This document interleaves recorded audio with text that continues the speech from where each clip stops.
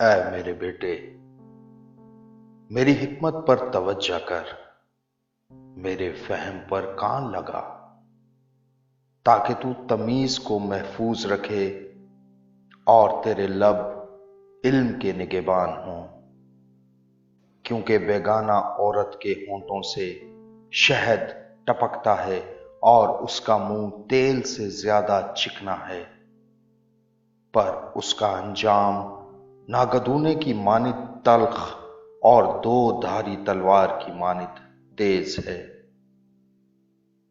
اس کے پاؤں موت کی طرف جاتے ہیں، اس کے قدم پاتال تک پہنچتے ہیں، سو اسے زندگی کا ہموار راستہ نہیں ملتا۔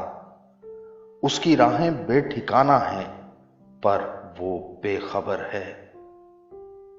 اس لیے اے میرے بیٹو، میری سنو اور میرے منہ کی باتوں سے برگشتہ نہ ہو۔ اس عورت سے اپنی راہ دور رکھ اور اس کے گھر کے دروازہ کے پاس بھی نہ جا۔ ایسا نہ ہو کہ تو اپنی آبرو کسی غیر کے اور اپنی عمر بے رحم کے حوالہ کرے۔ ایسا نہ ہو کہ بیگانے تیری قوت سے سیر ہوں اور تیری کمائی کسی غیر کے گھر جائے، اور جب تیرا گوشت اور تیرا جسم گھل جائیں تو اپنے انجام پر نوحہ کرے اور کہے، میں نے تربیت سے کیسی عداوت رکھی اور میرے دل نے ملامت کو حقیر جانا۔ نہ میں نے اپنے استادوں کا کہا مانا، نہ اپنے تربیت کرنے والوں کی سنی۔ میں جماعت اور مجلس کے درمیان قریباً سب برائیوں میں مبتلا ہوا۔ تو پانی اپنے ہی حوض سے اور بہتا پانی اپنے ہی چشمہ سے پینا۔